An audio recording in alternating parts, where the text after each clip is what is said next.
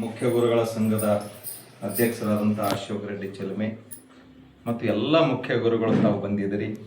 BRC coordinator ಸಾಹೇಬರು ನಮ್ಮ ಮನೆಗೆ ಬಂದಿದ್ದು ಬಹಳ ಖುಷಿ ಅನ್ನಿಸ್ತದೆ.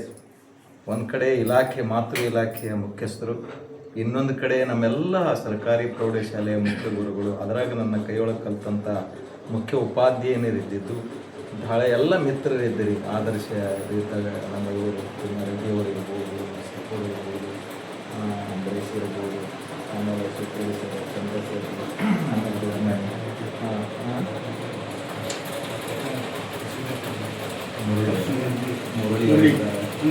ಮುರಳಿ,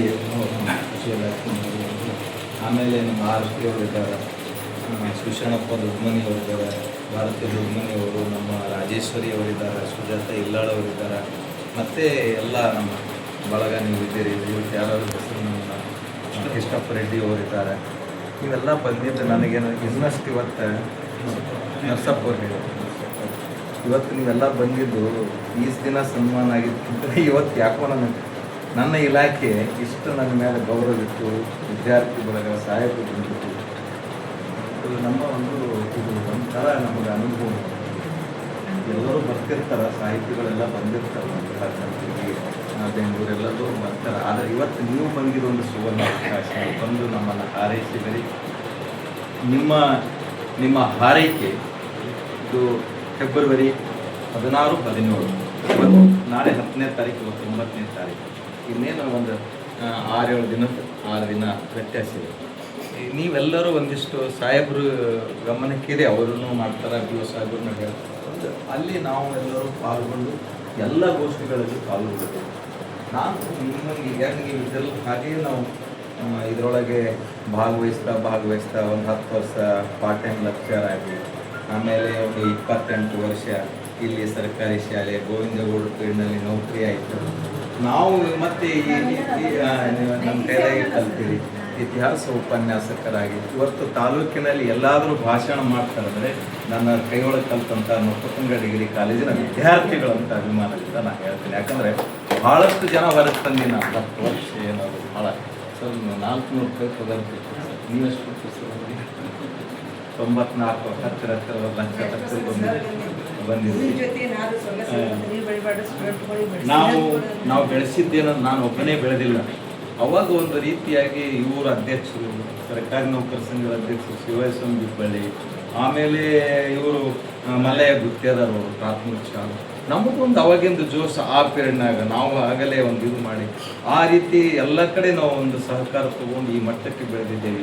ಆಮೇಲೆ ನನ್ನ ವಿದ್ಯಾರ್ಥಿ ಜೀವನದಿಂದಲೇ ನಾವು ಕಷ್ಟದ ಮೂಟೆಗಳನ್ನು ಹೊತ್ಕೊಂಡು ಬಂದಂಥವ್ರು. ನಾವು ಯಾವ ಸಮಸ್ಯೆ ಇವ್ರಿಗೆ ಹೇಳೋದಿಲ್ಲ, ಯಾವ ಸಮಸ್ಯೆ ಬಂದ್ರೂ ಅದು ಎಲ್ಲಿವರೆಗೆ ಹೋಗಲಿ, ಅಲ್ಲಿ ತನಕ ಕೊನೆಯ ತನಕನೂ ಅದನ್ನು ಬಗೆಹರಿಸುವಂಥ ತಾಕತ್ತು ಭಗವಂತ ನಮ್ಗೆ ಕೊಟ್ಟನ. ಹಾಗೆ ಎಂಥವರೆಲ್ಲರ ಹೃದಯದಲ್ಲಿ ನಾ ಇದ್ದೀನಲ್ಲ, ತಾನೇ ಸಮಸ್ಯೆ ಸಾಲ್ವ್ ಆಗ್ತದೆ ಅಷ್ಟೇ. ಅದು ಬಿಟ್ಟು ಮತ್ತೇನೇನಲ್ಲ, ಪ್ರೀತಿಯಿಂದ ನಾವೆಲ್ಲ ಜಗತ್ತನ್ನು ಗೆಲ್ಲಬಹುದು ಅನ್ನೋದಕ್ಕೆ ನಾನು ಇವತ್ತೇನಾಗಿರೋ ವಿಶೇಷ ಅಂದರೆ ಈ ಸಾಹಿತ್ಯ ಲೋಕದಲ್ಲಿ ಕಲಬುರಗಿ ವಿಶ್ವವಿದ್ಯಾಲಯ ಇರ್ಬೋದು ಅಥವಾ ಇನ್ನೊಂದು ವಿಶ್ವವಿದ್ಯಾಲಯ ಇರ್ಬೋದು, ಪ್ರೊಫೆಸರ್ ಡಿಗ್ರಿ ಕಾಲೇಜ ಮತ್ತು PUC ಅಥವಾ ಎಲ್ಲ ಕಾಲೇಜ್ ಲೆಕ್ಚರ್ಗಳು ರಿಟೈರ್ಡ್ 10-20 ವರ್ಷ ಆದ ಬಳಿಕೆ ಅವರು ಸರದಿ ಬರ್ತಾರೆ.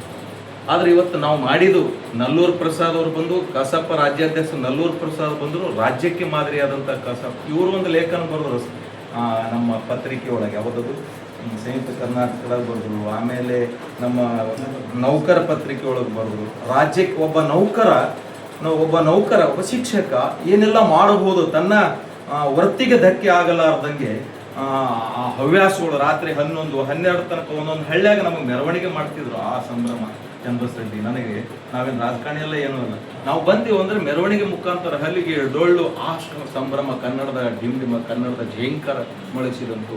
ಪ್ರತಿ ಹೈಸ್ಕೂಲ್ನಲ್ಲಿ ಉಪನ್ಯಾಸಕರನ್ನು ಈ ಬೆಂಗಳೂರು ಮೈಸೂರು ಹೋಗ್ಯಾರವ್ರು ಟ್ರಾನ್ಸ್ಫರ್ ಆಗಿ ಅವರು ಇವತ್ತು ನೆನೆಸ್ತಾರೆ, ಸರ್ ನಿಮ್ಮ ಪುಣ್ಯದಿಂದ ನಾವು ಭಾಷಣ ಮಾಡೋಕ್ಕೆ ಕಲ್ತಿದ್ವಿ ಸರ್. ಹೈಸ್ಕೂಲ್ ಟೀಚರ್ನ ನಾವು ಬೆಳೆಸಿದ ಹೈಸ್ಕೂಲ್ ಟೀಚರ್ ಜಾಸ್ತಿ, ಪ್ರೈಮರಿ ಹೈಸ್ಕೂಲ್ ಟೀಚರ್ಗಳನ್ನ ಬೆಳೆಸಿದ್ದೀನಿ.